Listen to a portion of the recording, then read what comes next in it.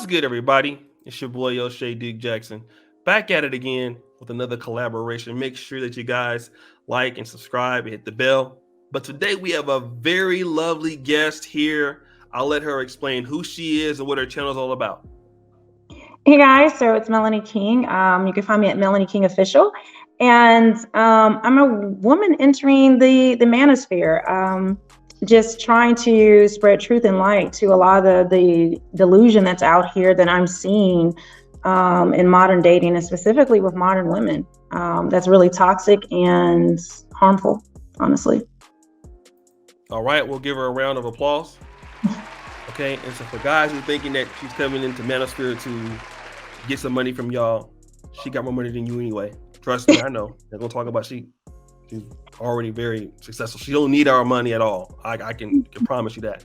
But I started noticing you a few months ago, and at first I was thinking of like, this can't be a real person. This person is too attractive. And then lo and behold, I saw you comment like, who is this person? Melanie King. So I called a kid. She's like, no, she's actually real. I know who she is. So tell us before we get into the topic, how did you find this particular space, or Kevin's content, and then the rest of us? Well, I started to when my marriage ended, and I will say I did not file nor did I cheat, because I've realized I have to say that. I hadn't been out here in 15 years. I didn't know, what was going on. So I started to look up, and actually I was looking up at self-improvement on how to improve as a woman. And I know I had different issues that I needed to address. And so it became a trickle effect. I started looking at one video, and then you get recommended the rest. And then I finally saw Kevin's Average at Best video. And I loved it because I grew up, with an old school pastor. My father was like that. I didn't grow up like he calling me a princess and I could do no wrong. I mean, he raised me a certain way, and it was straight to the point and no chaser. And when I saw him do that, I just hadn't seen that before. And I detected no lies. I thought she was delusional, and I was just like, whoa, what is going on out here? And then the more I started getting into, how it goes, I was just like, oh my gosh, what is happening in this world today? And that's what got me started. So let me kind of go back to that Average at Best video, because that was, Kevin was doing fairly well before that video.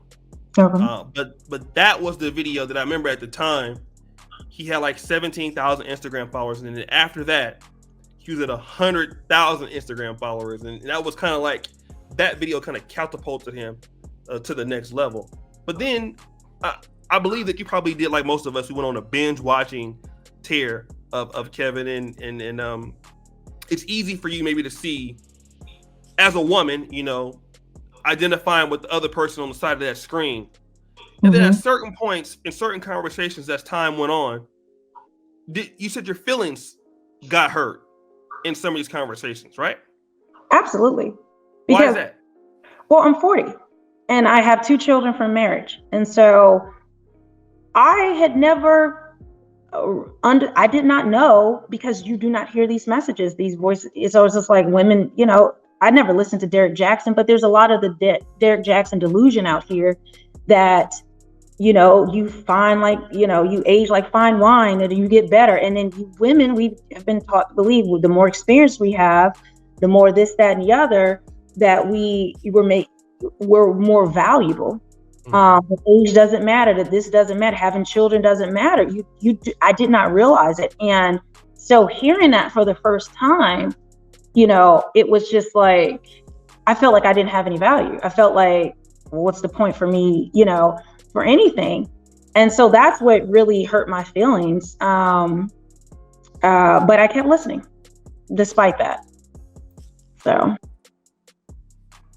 Can you tell me exactly, give me some exact examples of like what hurt your feelings? I know you're kind of it's a general topic, but can you remember certain things that was said that kind of affected you in the conversations? Yeah, it was like I said, the age thing, because I kept thinking, well, there's nothing I can do about it. And I kept thinking, like, there's nothing I can do with my kids. And it was just hearing, because it was like, I just felt like no matter what I would do, no matter what, because I knew a lot of the issues that other women had, I did not.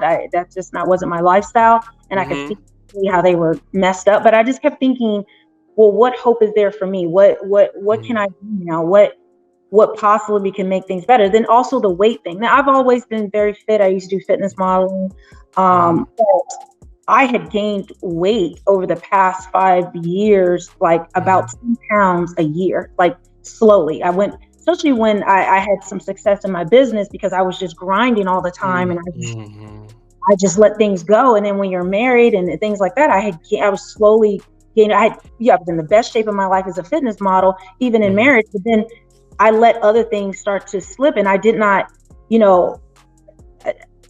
I knew I was, I wasn't in the best shape of my life. I knew I wasn't where I wanted to be. By the time I started listening to Kevin, I had already, been on that journey to get back into shape the way I wanted to. But it was just like hearing about like, how, you just say like, oh, I got a little thick, I got a little push, and you really feel pride in this delusion that you look so good. And it was just like, I don't know, to hear men say it, to hear a man actually say it was just like, did he have to say that? And there's some men that like it like this, and you start to justify. It was, and you have to understand, you're fighting programming, you're fighting media, you're fighting all the women that you've heard say this, that, and the other. You're fighting all the other messages. So a lot of that is in you. Even if you don't live a certain way, you still have that programming in you, and it being deprogrammed, it hurts. And that's what was going on. So I want to go back to a previous comment. You said that some of the women had some issues, because let's just be honest, based off what you looking at, this ain't me simping. The average lady, if there's a lady that can overcome age, 40, the way you look, it's easier for you to overcome it. Just like Sierra, she was able to overcome certain things. Different situation, but if there's an exception to the rule, it appears to be you. But you've also mentioned this, though, that there were issues that other women were having that you didn't have. What were those issues that you saw other women having that you didn't have? Going, liking bad boys, having children out of wedlock, having a ton of weight, and not owning that my body's not God's best. He designed my body for a purpose, and I wasn't living up to, what I feel like my genetic potential or my God-given potential in my body. Like, I just, those things, or the attitude, the combativeness that, I have a mouth on me. Let's not make no mistakes. If you see my video, I was diagnosed with ADHD last year. Right. Combined with a little bit higher IQ than most, and I've always been a wordsmith. I'm good at it. People used to tell me growing up, you would be great as a politician or a lawyer. So I have a mouth on me, but just seeing the attitude and the refusal to even listen, to have any critical thinking, I think that really, it was just like, even if you walked a woman to a point, she's still like, but it was like they don't even hear it. They just completely push it back. And I'm guilty of that. But then also, this is the thing I think that got me the most. These things, the wanting a man to pay all your bills, or that if a man don't buy you stuff, but this is like the benchmark of what a boyfriend is supposed to do. And I never experienced that, because my father was always a great provider. He didn't spoil me, but I didn't grow up around women like this. This was like outlier things, but this was normal now. And then also, people being in these long situationships where I could clearly see on sight this was stupid. Then women having multiple engagements. I'm like, my mom and I, we called each other like, I was like, Mom, what is up with women having all these? And because my parents watch it, they've been married 43 years. They've watched Kevin. I love them. It's like, how are they all engaged? I'm like, in multiple engagements. I'm like, what is going on out here? And this thing, entitlement, that like, they're queens, bosses, and divas. And I've been a boss. Trust me, like I said, I suffered great mental health issues being a boss, running employees, worried about money, and competition and marketing and all these other things. And I just wanted to rest. And I could not understand why women were so determined to be these independent queens, because I don't know. It was crazy to me. So it was seeing all that, and it's the attitudes and lack of awareness and the delusion. Let me kind of go back to you, and we talked a little bit earlier. You made the point that you were raised in the church, and then your father and your mother raised you. They've been married for 43 years, and you followed suit with being married yourself for a long time. And what it seems like, when you say you don't understand these things, it seems like your family wanted to get you ready to be a wife, and that's the kind of path that you went along. But with many women in the African American community, that obviously I think the single out of mother rate was something like 73%, and then I think that's as high as 81%. What do you honestly believe? Coming from a family like you did, and coming from a family that really cared about you and your personal development, and understanding what Black men have to choose from. And it's not that it's these women's fault at all, but from the how they're being raised and how they're being programmed. You asked the question a little bit earlier. Is this possible that these relationships can be saved from what you honestly see and how you're raised, and comparing it to what you're seeing what's out here right now in Black America? I think no. Everybody's not going to be saved. The Bible talks about many are called, but few are chosen. So we all have an opportunity, but honestly, you did a video about Brittany Renner. Recently, she talks about how she was raised and how at some point the mindset is just gone. The mindset is set in. But there are women, I believe, who were raised a certain way or have an awareness. They know what is right. They know, but they've been led astray by, social media and all these other things.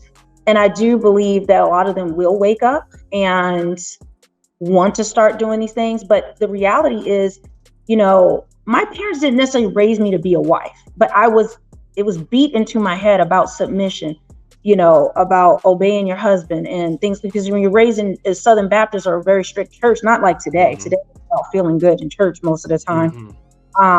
But I was raised, I went to Christian school all my life. So I went to Christian college, 1 year Christian college, but I dropped out. So this is a whole other story. And I think it's going to be an uphill battle. I think particularly in our Black community, because there's such rebellion and what I like to call a Jezebel spirit, where, and this is from programming, things like that. I think it's going to be very difficult in our community to overcome many of these mindsets, at least for now. But I do believe, especially because like you always say, Black women, we're the most, or actually Kevin says, and you say it as well, Black women, we're the most Christian women. We're all, we're the most Christian race, I think, in the country. Like Black people identify more being Christians than anyone else. This is where I think why my messaging might break through, is because I add an element of spirituality to it. Okay. And I will start using more examples, pulling the word and things like that. And I do believe that has a way to cut that just talking to a person does not do, especially in our community. And so I'm finding that when I say something's a Jezebel spirit, that you're in rebellion, that you need to repent, that this is not how God designed you. God created Adam. You see, they don't really have an argument against that. You see, I put it in a place where my authority is not. My authority is God. And so a lot of women will imbibe with that and say, yeah, you're right, sis. But see, I grew up with this. My father used to do prison ministry. We used to go to the streets and hand out, gospel tracts. And I grew up learning how to do this. My mother would see women on the street doing whatever or looking a certain type of way, and she'll call them out. And she's like, that's not how God designed you. And if you women you think are just straight up hyenas, like they are just gone. And they would respond, because there's something about that spiritual element that is far, we could be, smoking crack, is she getting ran through by 10 dudes at the same time? And you start talking about God, it's like it's something in there that cuts and pierces. And this is why I have hope.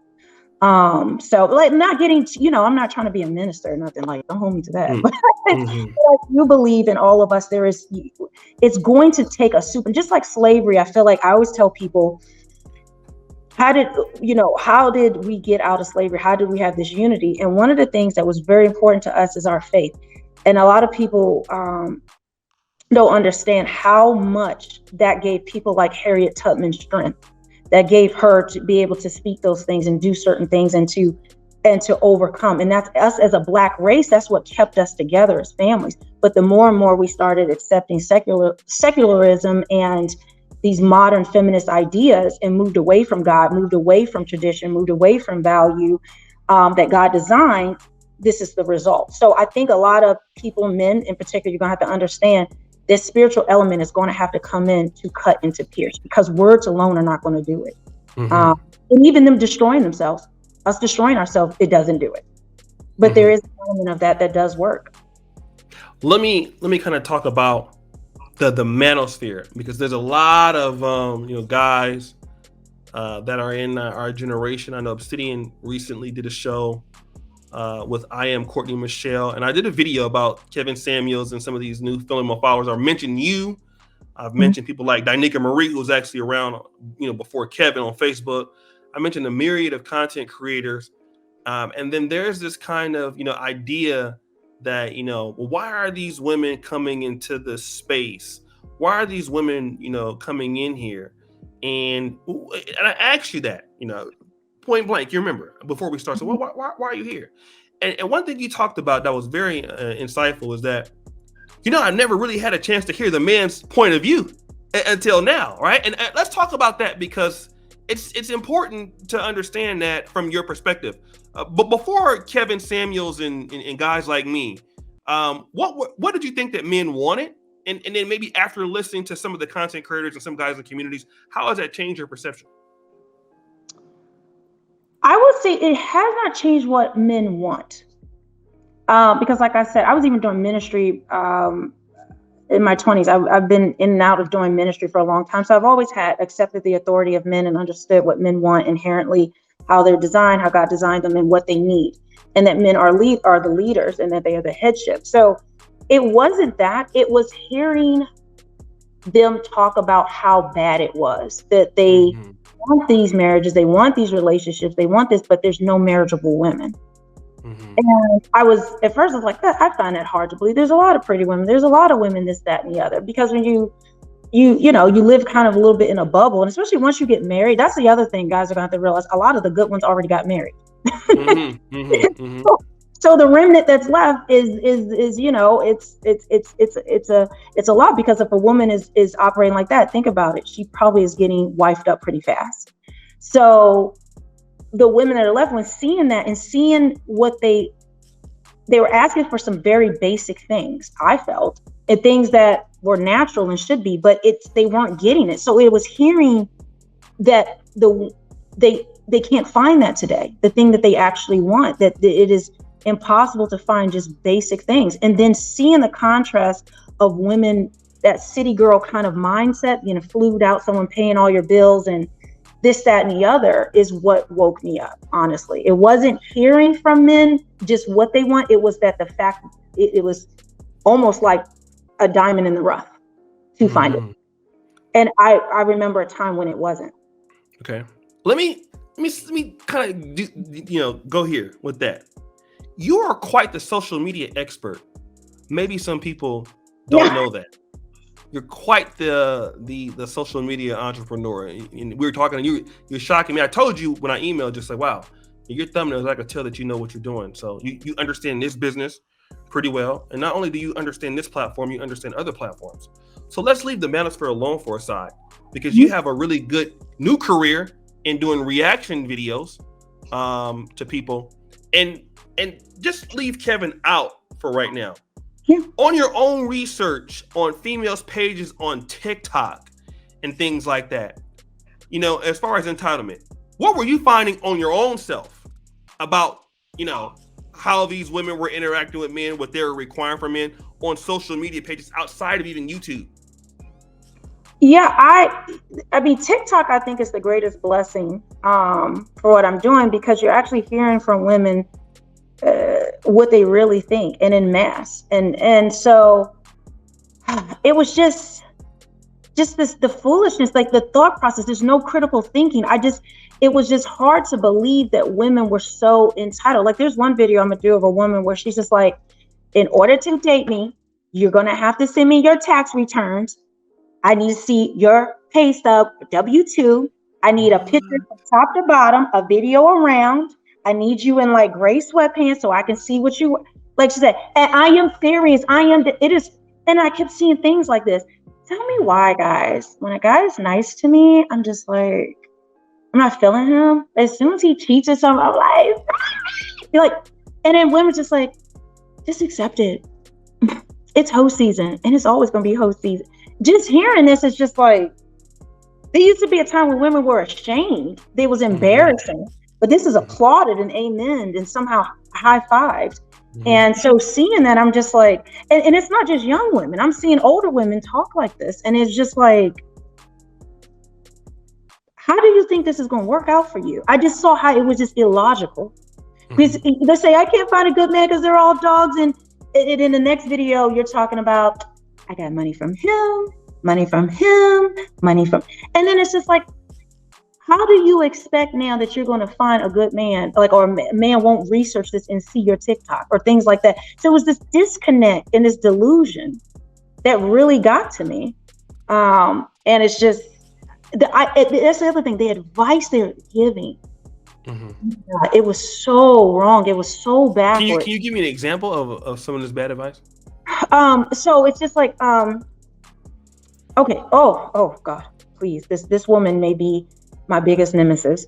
This woman named, I think her name is Danny Deuces on 8 at the Table. She in particular is on demon time at all times. This is a woman who told women that if you're getting married, ladies, you want to know how to know if your man really loves you. This is what you do before the wedding. You cheat on him. Let him know you cheated on him. And if he still wants to be with you and still loves you after that, you know you got a good one.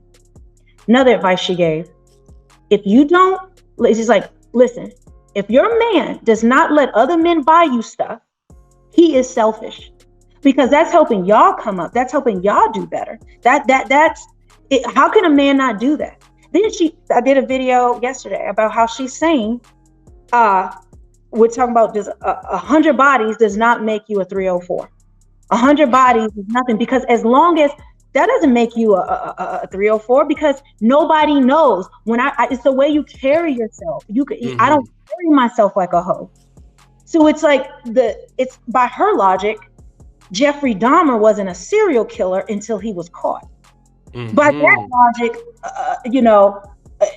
I'm not a bank robber until I get caught. Then that means it. But otherwise, I'm in the clandestine 304 service. So if nobody knows, 100 bodies, 500 by 1,000 bodies, it just was like, what?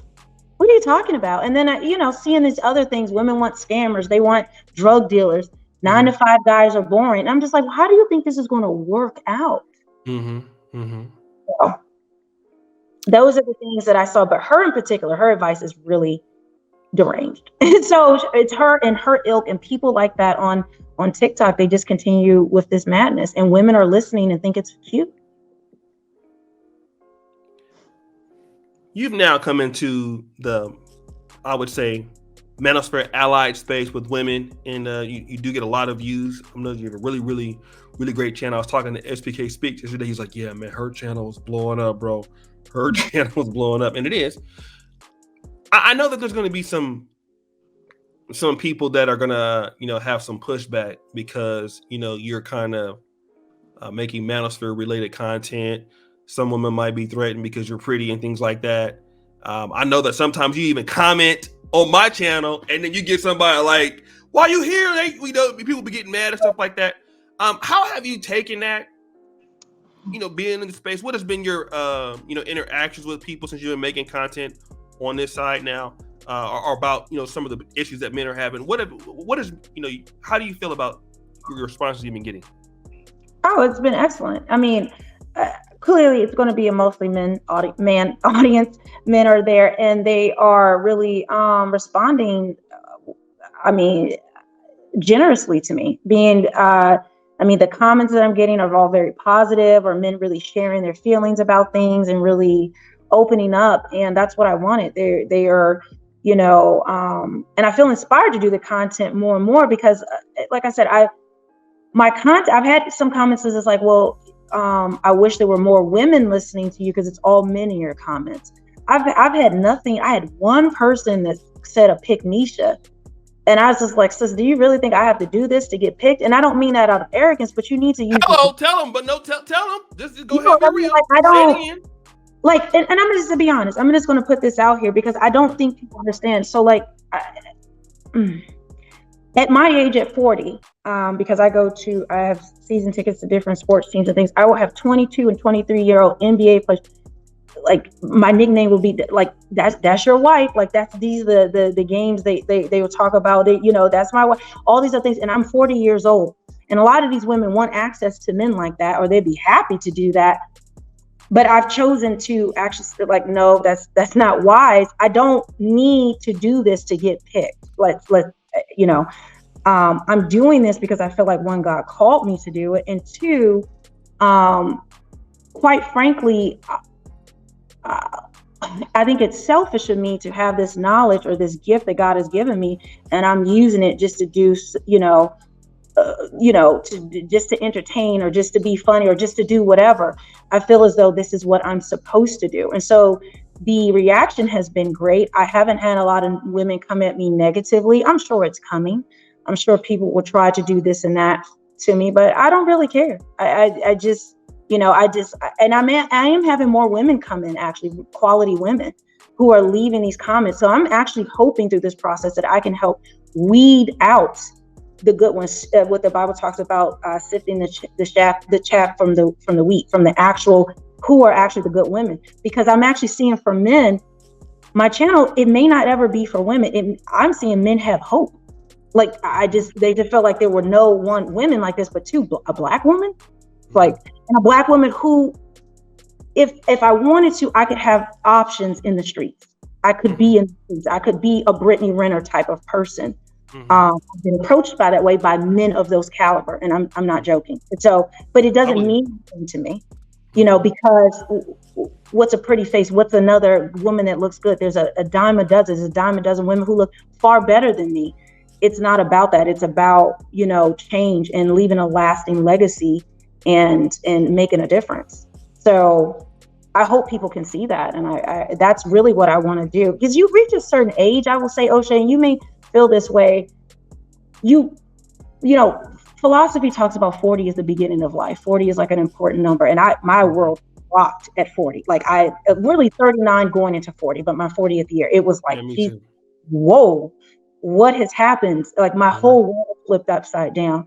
And I even made a video on my old channel where I was just crying and my anxiety was so high. I felt scared to speak out on the manosphere. I didn't know where my life was going to go, my direction, because I felt this calling to do it. And I was fearful, but now I just said, you know what? I want to be able to say at the end of my life, I did something of significance. I made a difference. I made a change, and whatever way I can help, that's what I want to do. I'm talking too much. Sorry. No, that's fine. I guess I got a mouth on me. let me kind of, and we'll kind of maybe stop after this last question. But with your channel, I mean, you've been getting a good response, from people. Have you got just that one special email? Because sometimes as a content creator, sometimes like I'll be having a bad day, and you'll get an email like, "Yo, bro, it's because of your videos. I was on the brink of suicide, but just watching you really changed my life, and I want to thank you for. You don't know me, but it's because of you that I didn't kill myself." I've gotten that email like 5 times, and then from there it's like, wow. Like, sometimes I'm like, man, I'm tired of Black YouTube doing all this shit, you know what I mean? And I'm like, but when you see something like that, it keeps you going forward. Have you yet got a response like that, to where even as of recently, you just started. But somebody said, like, Melanie, it's because you said this that has changed my thinking or something like that. Yeah, my comments are full of it.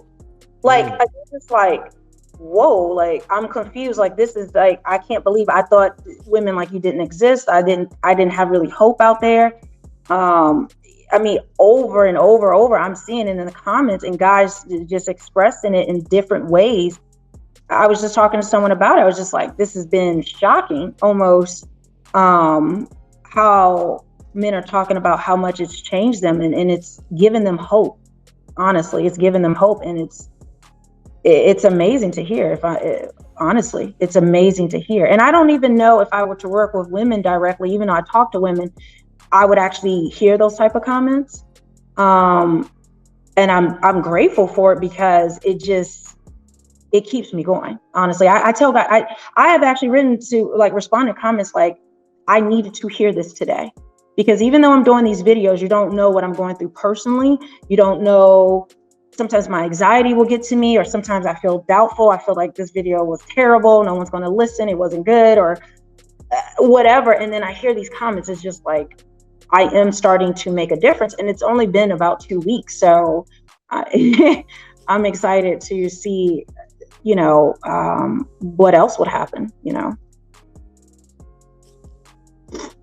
Let me ask you one last question. I always ask every content creator. I've been doing a lot of collaborations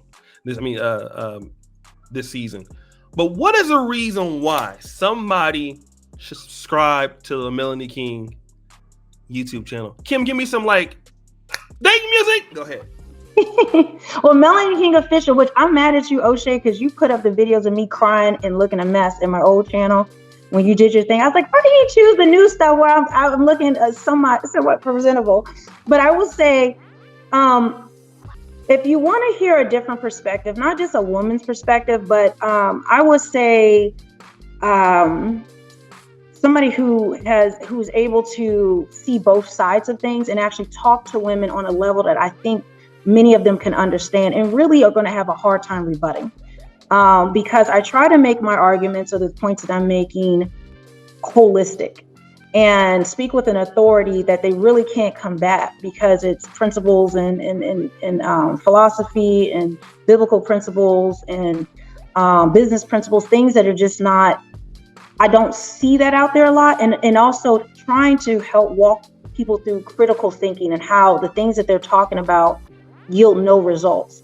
So it's, I'm not bashing women. I'm not, I'm not talking about their looks. I'm not talking about anything, because I think for the body to change, the mind has to. So that is what I would say that I do. That's a little bit different. In my reactions, I try to go levels deep versus than just kind of the surface. Haha, she's crazy.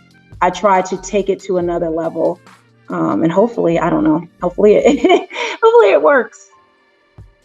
All right, well, guys, first comment pinned to the top, and I do thank Melanie for coming over here. We have some other people coming on, but like I said, channel's already blowing up. It's not like she needed this, interview to get on. She's already doing pretty good. Been on the platform a long time on other platforms, so it's not like she wasn't already successful doing this. So I want people to really understand that it's not like she needs to come over here and grift. That's not the case. That's one thing I should have said. Like, I ran a very successful business before, and that was another reason I was scared to do this, because you're used to doing something else that's successful. Why start something new? But right. I'm definitely not trying to grift. Like, there's other things. I never understand if I was trying to do that. So, I'd be doing a lot more than this if I just needed cash. Trust me. Subscribe to the first comment at the top. And as you guys know, the buffoon remains an all-time high. We out.